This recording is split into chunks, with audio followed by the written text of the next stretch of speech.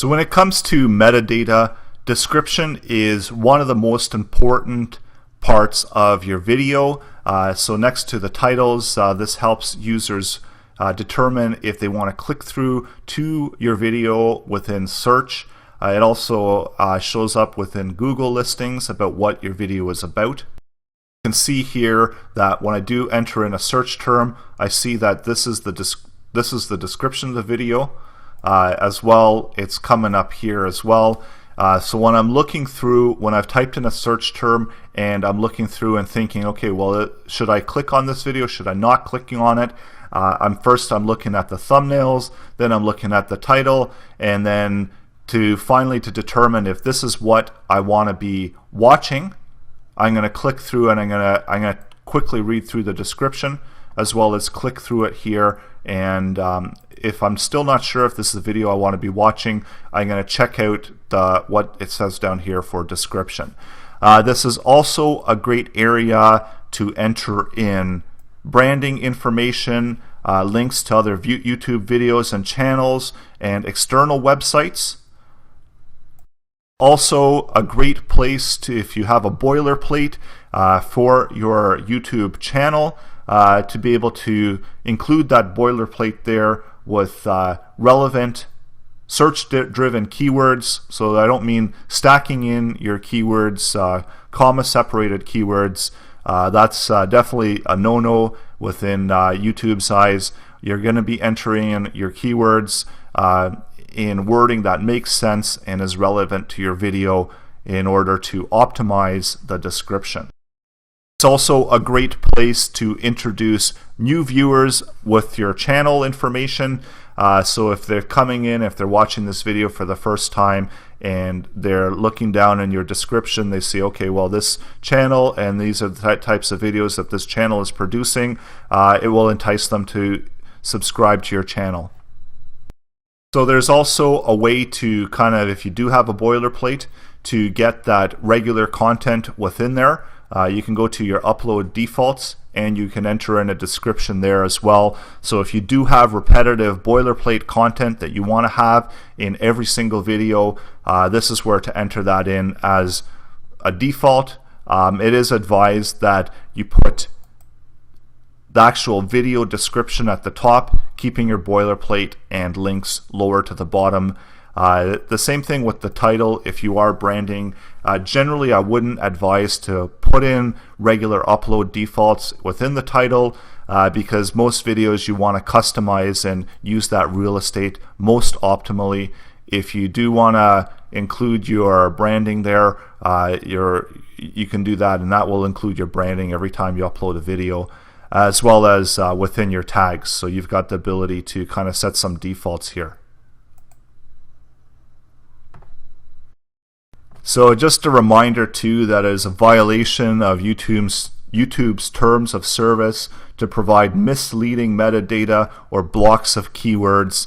So that's considered spamming, and if you're doing that, then you risk having your video removed or your channel terminated.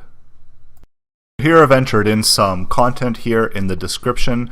It's just basically highlighting what the video was about, including some information from my notes. So I was just using listing out the top 10 YouTube channels and how many views they get and approximate earnings within this video. So I did my introduction as ever wonder how much YouTube channels make. So this is more to entice users when they do a search and they are looking through the description and they do read that, and it gets them thinking and getting them prepared and ready to engage in whatever content it is that I've got within my video. And then another one here to further entice the viewers to check out the channel, also including some of the keywords that I had done research for earlier. And I've got a whole listing of all the top 10 channels. So this is from my notes that I'm used to make the video. This is just basic overall information. And then here's some of my boilerplate for my channel and to entice users to subscribe to my channel. So this is how you get a channel link URL If you do have a user ID or a user account at YouTube, you can just do, there's another link for that as well. Usually what I tend to do for these, I use bit.ly.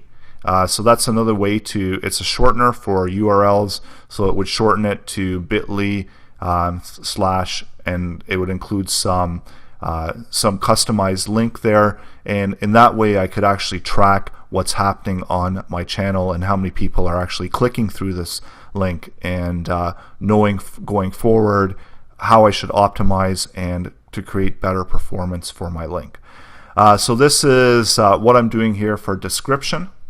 You can also, what I could also additionally do if I wanted to, is I could use the time codes, the timestamps from when I'm mentioning these specific channels. The time code would just be 027. You can view this channel, so because it is a longer video, so if people wanted to jump to any particular part of my video, I can provide the links down there.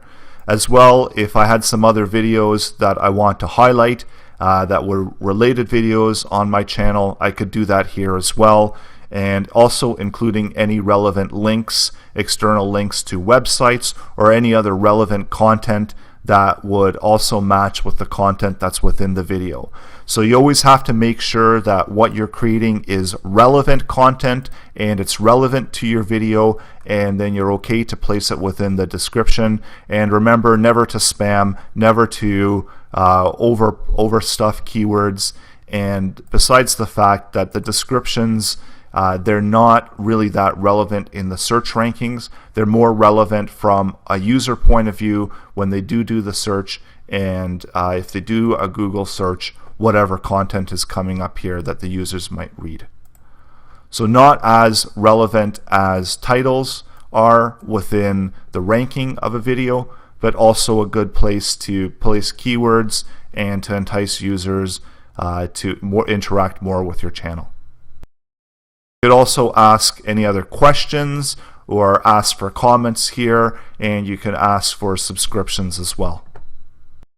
And if you are creating brand videos, marketing videos, and if the content is relevant, and if you have talked about some websites or some links to some websites, you can include those as well within the description of the video.